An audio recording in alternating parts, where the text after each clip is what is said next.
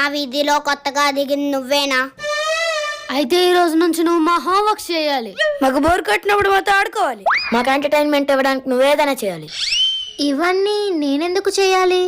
మా తర్వాత నువ్వు వచ్చాకట్టి నువ్వు జూనియర్ మీన్ సీనియర్స్. చెయ్యకపోతే ఏం చేస్తారు?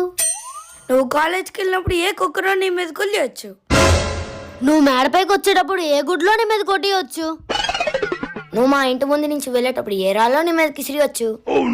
అంత పని చేయకండి. అసలే నాకు ఇలాంటివన్నీ చాలా భయం. మీరు చెప్పినట్టే చేస్తాను. మేము చెప్పింది చెయ్యలేదో